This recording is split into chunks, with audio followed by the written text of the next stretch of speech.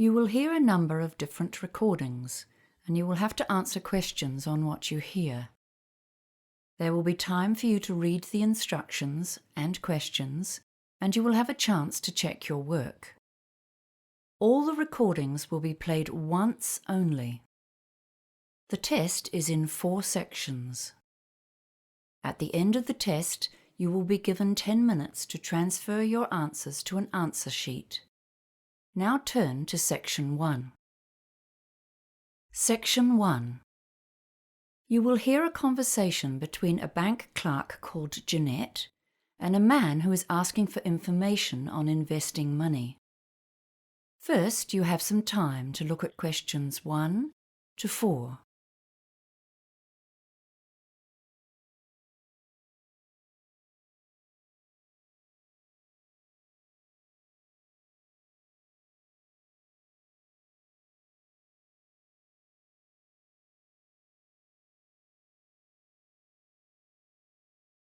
You will see that there is an example that has been done for you. On this occasion only, the conversation relating to this example will be played first. This is Citibank. You're speaking with Jeanette. How may I help you today? Hi. I'd like to ask a few questions about a term deposit. Certainly. Do you currently have any investments with us? The man is asking about term deposits. So term deposits has been written in the space. Now we shall begin. You should answer the questions as you listen, because you will not hear the recording a second time. Listen carefully and answer questions 1 to 4.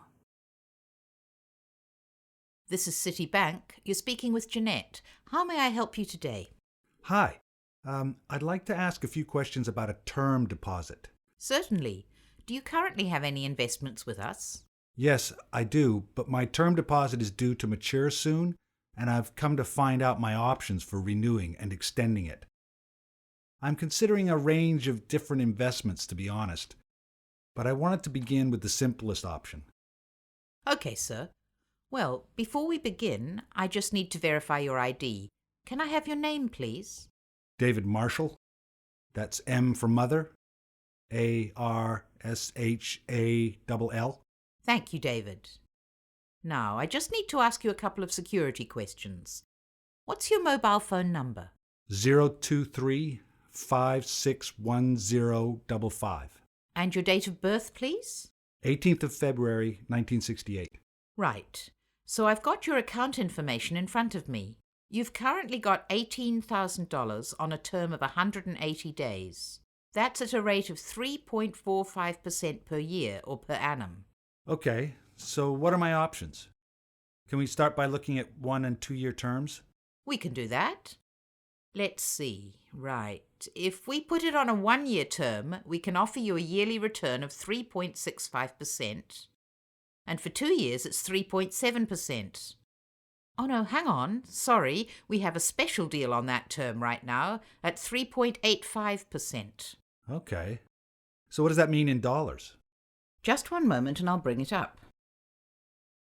Okay, so the total interest earned would be $657 for 1 year, and I'm just bringing up the 2-year figure for you. A 2-year term at 3.85% interest, that's a total of $1,412 interest on maturity. Right. That's about a $700 difference. Yes, a bit more actually. Okay. Oh, a friend of mine told me he gets his term deposit interest paid into his account every month. Do you have a monthly interest option? Yes, actually. We do offer that on term deposits, but only on investments of $20,000 or more. Before you hear the rest of the conversation, you have some time to look at questions 5 to 10.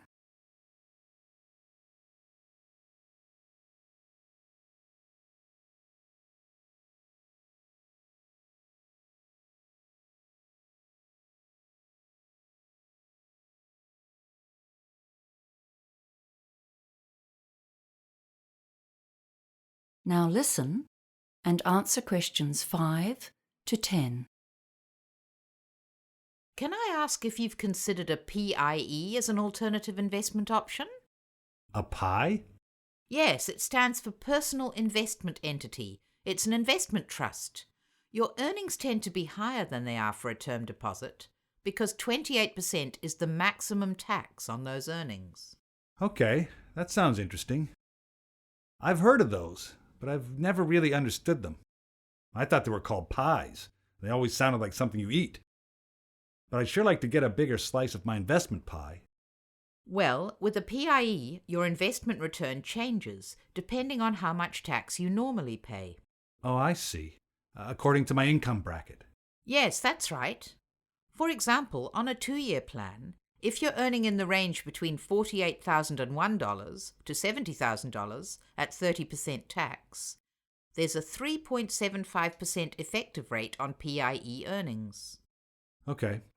I'm actually on a 33% tax rate. Well, that's an even better return. If you're earning between $70,001 and $120,000, the effective interest rate is higher too.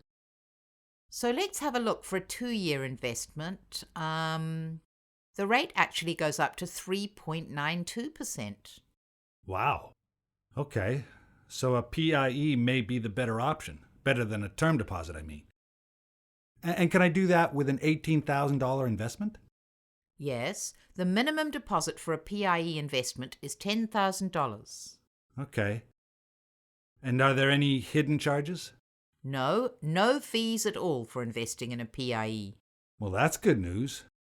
Oh, wait a minute. What about interest payment options? Is it the same as the term deposits? You have to have a minimum deposit to be eligible for monthly payments?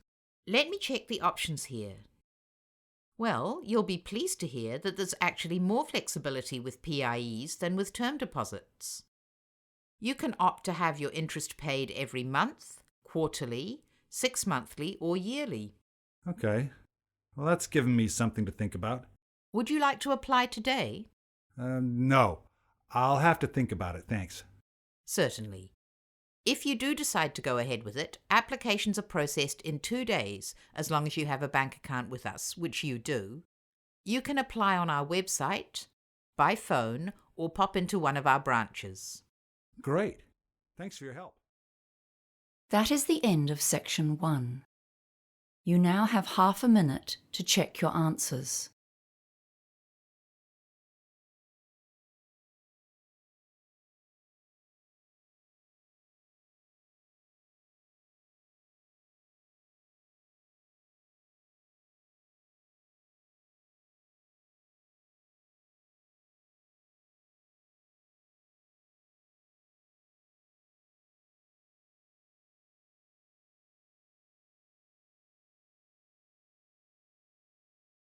Now turn to section 2.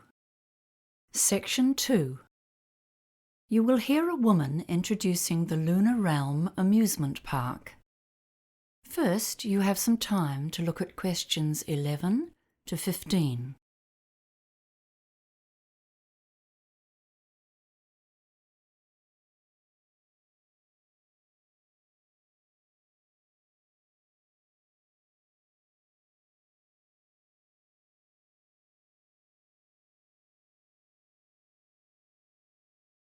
Now listen carefully and answer questions 11 to 15.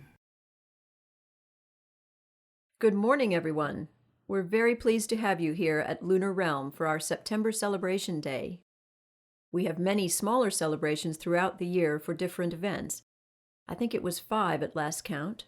But the September celebration is a special day to honor the park's development, from tiny beginnings to the huge enterprise it is today. It's our most significant annual event. Come into the visitor center now. Over here, you can see a picture of the original park when it was under construction. The land was donated to the city in 1955 by the then mayor, Matthew Hardacre. But the park itself wasn't developed until 1979, and you'll notice it wasn't very big at that time. Then there was a huge growth in the 1990s, and we're still growing today. In the beginning, there were only a few small rides in the park. There were lots of other attractions in those days, including an adventure playground for younger kids.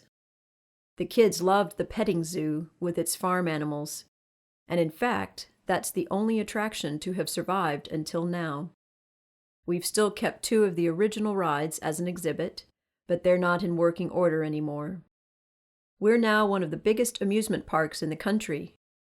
We've got an amazing range of amusement rides here, 43 in total this year. I think we're most famous for our roller coasters, aren't we? I guess you'll all have heard about the Hurricane. That's our oldest and most famous one. Some of our visitors think it's not fast enough to be truly exciting, but we love it because it's the highest wooden roller coaster in the country. Then we have the Bobcat. That one's a bit gentler for our younger visitors.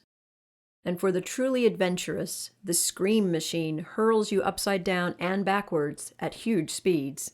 It's too much for me. It's important to remember that all of our rides have age guidelines, and to help you, there's a color system. If the sign for a ride is yellow, it means it's suitable for all ages, although we do recommend that parents or older siblings go with very young children. Blue means that children younger than 14 can ride only if an adult accompanies them. And black, well, this means that you must be at least 110 centimeters tall to ride, regardless of age. We should say that no rides are really suitable for children younger than 18 months, but we do have a special section for parents with babies. Before you hear the rest of the talk, you have some time to look at questions 16 to 20.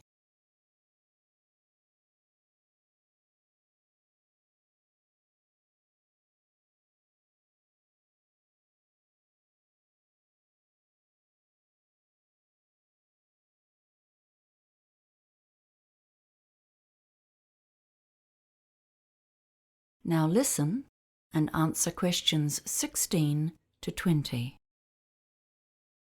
Now I'll tell you about the many options for food around the park. You can get a range of different cuisines, Italian, Chinese, and so on. All of that's in the food court in the center of the park. But there are lots of other places as well. If you want hamburgers, sandwiches, that sort of thing, you can find food stands everywhere. We pride ourselves on the quality of our food, and all of our vendors use fresh, healthy ingredients from local farms. Don't forget the special events we've planned for the anniversary celebration. There are 2 main events today, and they're both free. The first is the afternoon parade. It kicks off at noon, so arrive a bit early if you want a good view. The best place to see it is along the main street. It's all organized by final year school students. You'll see some gymnastics and acrobatics, hear music from a marching band, and see some fantastic floats. The parade has become one of our feature events of the year. The second big event today is an evening concert, which takes place at our main amphitheater. The concert features singing and dancing, costumes and lights, and there's a different theme each year. This year, the theme is Hollywood, and it's all about classic style and old films. The concert starts at 7 p.m., but try to arrive by 6:45. Now, I know you're all eager to get out there and have fun, but before you go, I'm just going to tell you some information about safety and security. If anyone needs medical attention, we have help available. You can see on this map that next to the visitor center, which is where we are now, of course, can you see this red dot? Yes, so that is one of our 10 first aid centers. If you get hurt, all you need to do is ask a member of staff to direct you towards the nearest one. And kids, remember, if something happens, you get lost, and you can't find your parents, please tell someone who works at the park. Just look for someone dressed in the Lunar Realm colors, and they will assist you. And for anyone who has a problem of any sort, you can come and talk to a member of our security team at any one of the many guard stations. Those are the blue dots here on the map. Don't forget to take a copy of the map. That is the end of section 2. You now have half a minute to check your answers.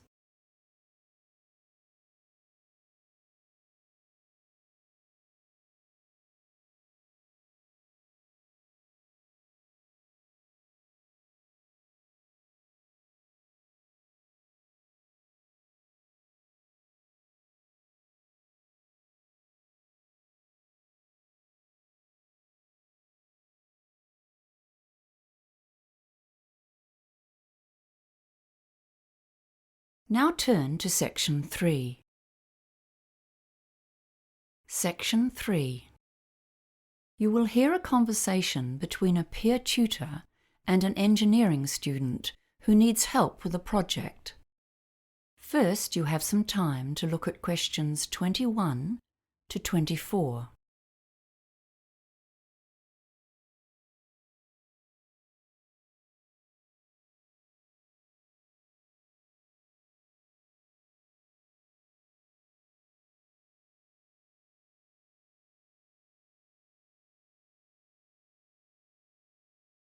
Now listen carefully and answer questions 21 to 24.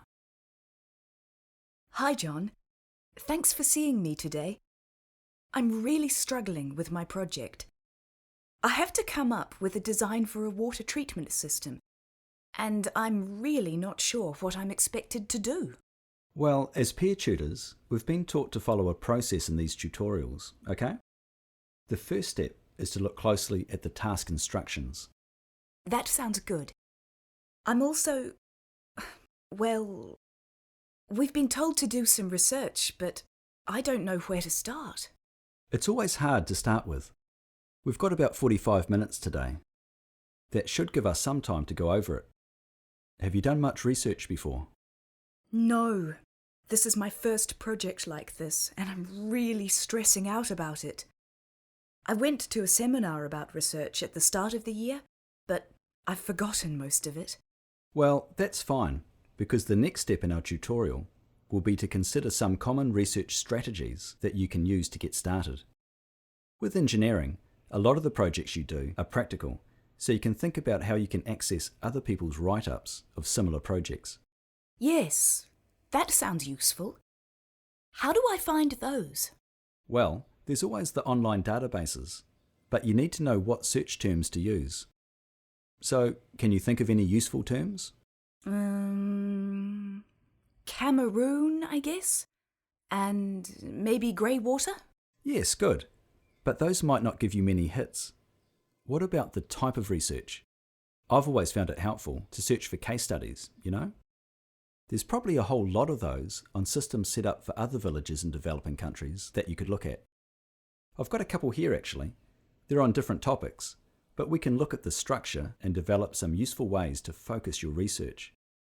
Is there anything else you'd like to look at today? I can't think of anything right now. That all sounds good. Great. Then the next step is to come up with an action plan. How long have you got? To finish the project? 4 weeks, I think. It's due on the 6th. Before you hear the rest of the conversation, you have some time to look at questions 25 to 30.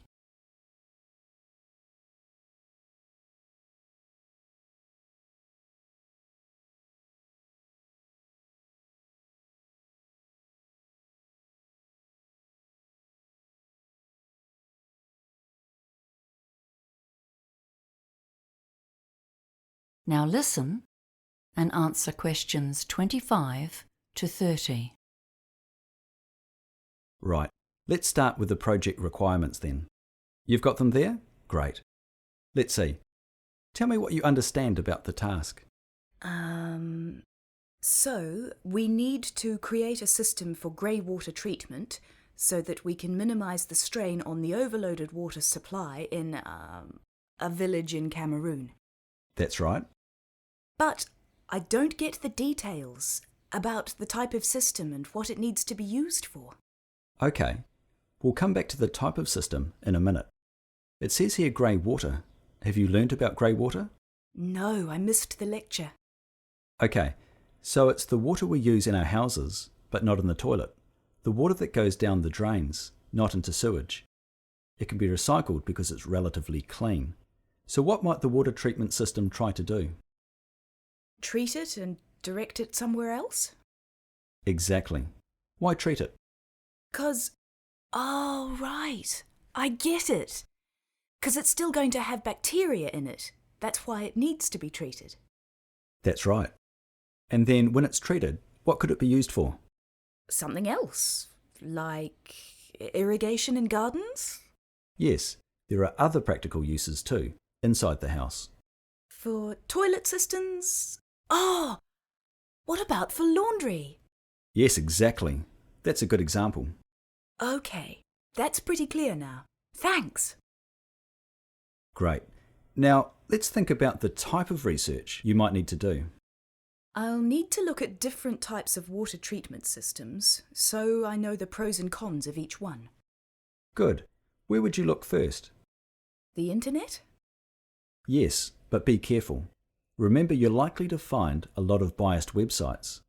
You know, manufacturers wanting to advertise their brands. It might be better to use the engineering library.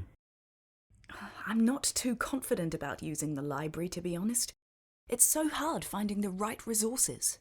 It's often about choosing the best search terms to put into the catalogue search field. Yeah, I try to do that. Like water treatment? That might be too broad.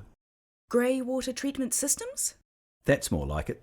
And you'll need to search for systems designed for residential, not commercial use. There's a big difference. I usually end up borrowing a massive pile of books, then get home and find they're useless. Try reading through the contents before you take them out. Flick through to relevant sections. Often it helps to read parts, not all the way through, but... Just to get the main idea. That's right. Oh, and I see this as an EWB project. Have you seen the website? It might have some exemplars of the winning designs from last year's competition. No, I saw that and didn't know what EWB meant. Engineering Without Borders is what it stands for. That is the end of section 3. You now have half a minute to check your answers.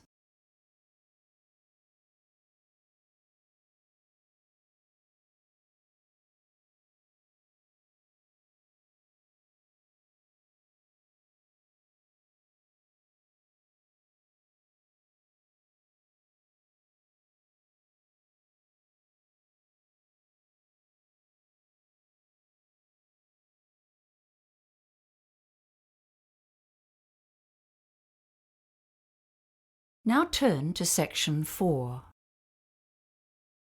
Section 4. You will hear a talk on the topic of the caveman diet. First, you have some time to look at questions 31 to 40.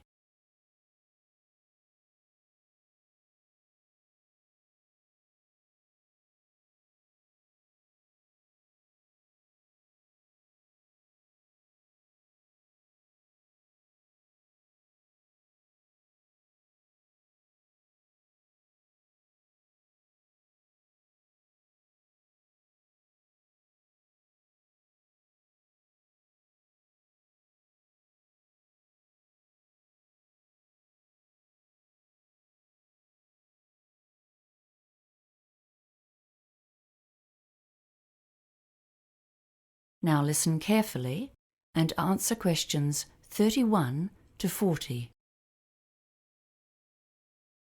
Hello everyone.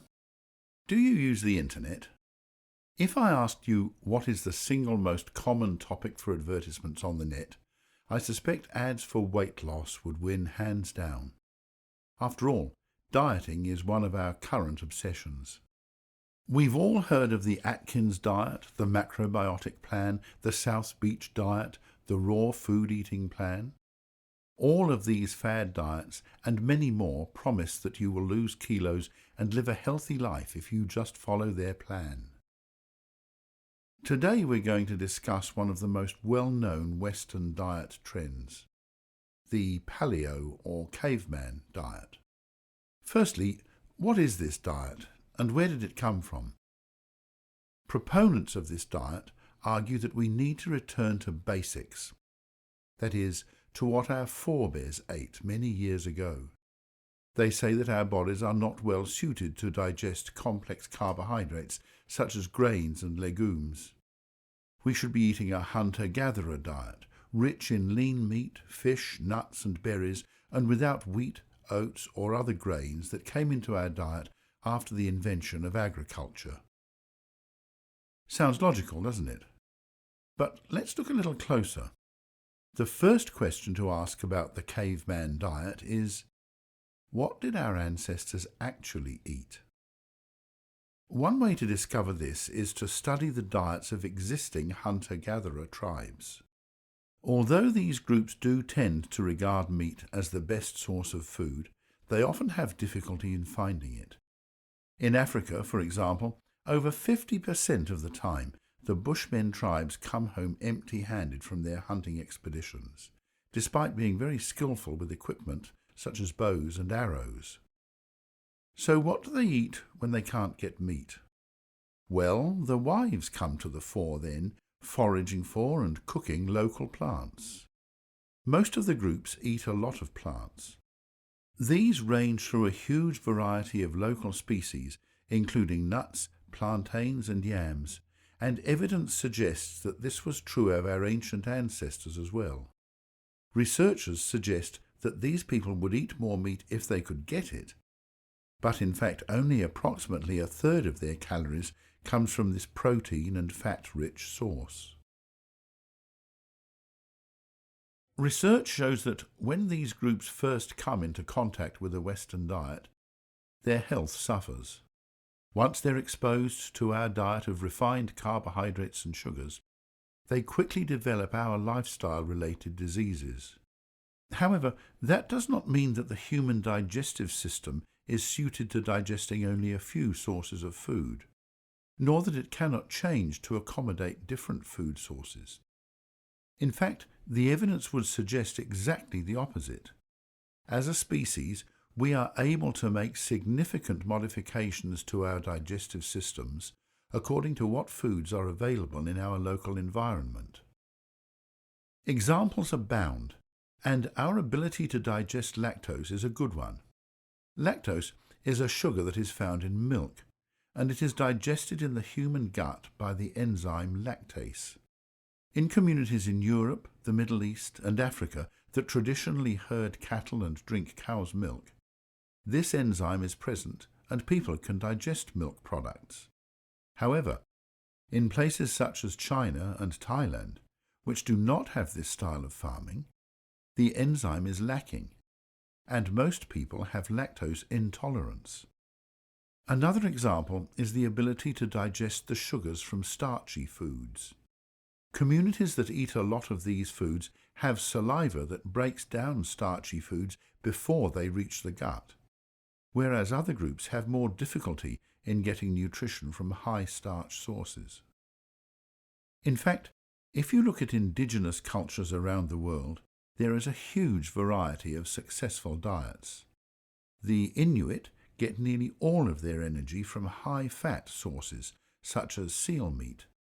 The Jains in India have religious beliefs which prohibit eating any living thing, including eggs, but which do, however, allow for the consumption of milk products. Other groups eat mostly fish or have an insect-based diet, depending on locally available sources of protein. So the idea that our caveman ancestors ate one homogeneous diet and that if we follow this we can all be healthy would seem to be an oversimplification. Diets are the result of complex cultural dietary practices. People can and will eat just about anything. So, if we can eat a variety of diets, is there anything actually wrong with following the caveman diet? Well, firstly, on a practical level, it's an expensive way to get your daily calories. Few of us can afford to satisfy all of our energy requirements on a diet which depends on lean wild meat and nut oils. A few carbohydrates provide a cheap, filling and substantial energy boost for most of us. Secondly, a diet which includes a large proportion of red meat may not be good for our long-term health if our bodies are adapted to a sedentary lifestyle and a plant-based diet. We simply get less exercise than our ancestors did, and so we are more prone to some illnesses than they were. Finally, if we all start to eat a wild meat-based diet, this will have negative implications for the environment, because it's not a sustainable way to feed a lot of people. That is the end of section 4. You now have half a minute to check your answers.